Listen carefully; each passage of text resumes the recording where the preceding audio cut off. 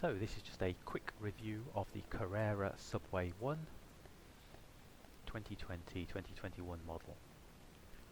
I was after a new bike for the winter months, went onto the Halfords website and thought this basically looks like it fits the job, not too expensive, nice thick tyres, seemed to have relatively good reviews for the few reviews that I could find on the net. So I just went ahead and ordered it.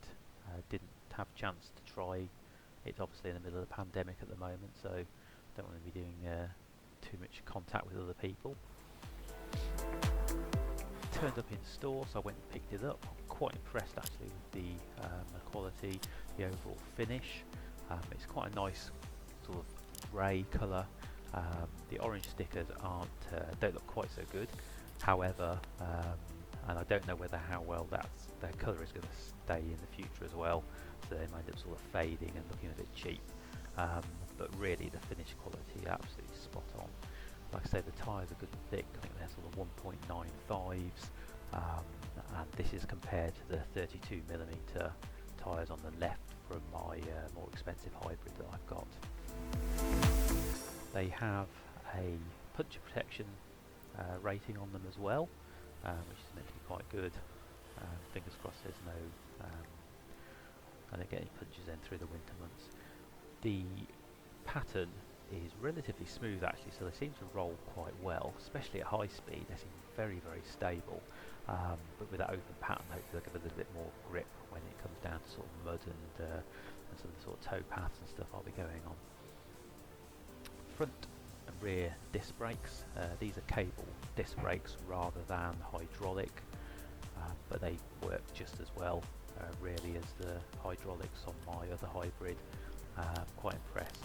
Hopefully they'll be lower maintenance, perhaps easier to keep clean as well, certainly easier to sort of disassemble if needs be. Quick release axles front and rear as well, punch changes. The gears are an 8-speed cassette with 2 times at the front, so that's given us 16 altogether.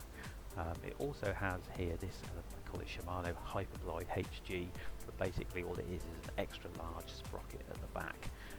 So you can see the sort of normal range that you would go up, and then you take this little jump here, a little bit more than you normally expect. Very useful for getting up those particularly steep hills, I have to admit. You really do appreciate that. When you're struggling up the hill and then you can slip into that, it's like absolute lifesaver sometimes. I had this on my other hybrid. Really should be fitted to all bikes, I think. Really very useful indeed. I think I would have preferred perhaps a 1-times, but you can't have everything, and I know that Carrera went from a 3 speeds at the front here, or 3 cogs. They went to 2, so obviously less weight, less maintenance, etc. Pedals are Well-Go pedals. I've had these on a previous hybrid, they work fine, so I won't be changing them. Nice soft hand grips, they are quite comfortable, I have to admit, though I'm going to be fitting end bars to those. And then the shifters are basically some thumb shifters, fitted with your obligatory bell as well. But gear changes are fine, don't have any problems with those at all. You know, not as smooth as my more expensive hybrid, but really no complaints at all. Like I say, the grips are quite sort of soft rubber. I don't know how they'll last in the future, but they do feel nice on your hands. The stem can be adjusted, but only to lower those bars there. I'll be fitting a stem extender to that because I prefer my bars to be more or less level with the seat. I just can't be hunched over bikes, I'm way too old for that now.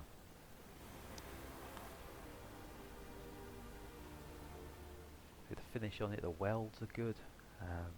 It's more of a sort of square section rather than standard round section.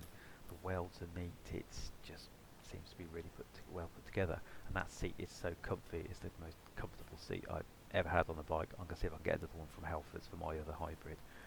Absolute luxury.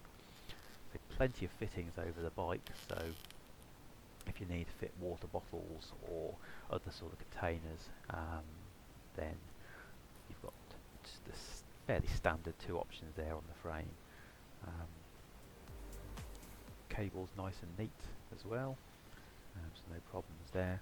But also there's sort of fittings all over the bike. So we've got the ones at the top there and ones at the bottom, perhaps if you were going to fit a rack or mud guards.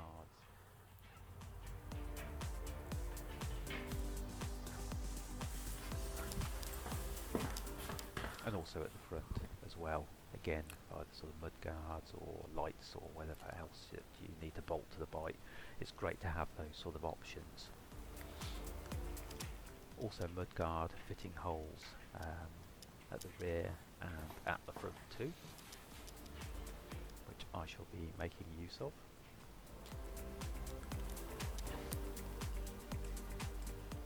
So it's really useful to have these sort of fittings. It's better to have the options and not need them than need them and not have them, as I say.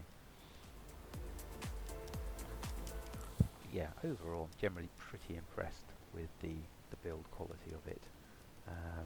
Quick initial ride, nice low centre of gravity, feels really stable, really confident. So these are the fittings that I put on the bike.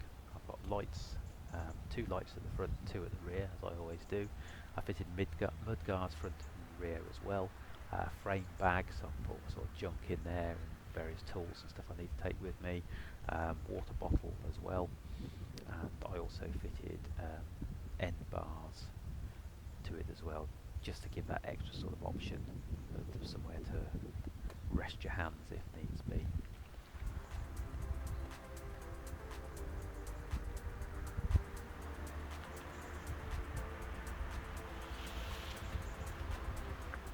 And also a stem extender as well, I mentioned earlier. So these are sort of roads I have to deal with, covered in mud and water.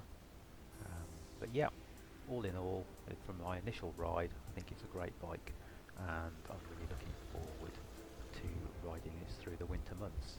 And what I'll do is I'll have a review in a couple of months' time, and then we can have an update on this one and see how I've got on.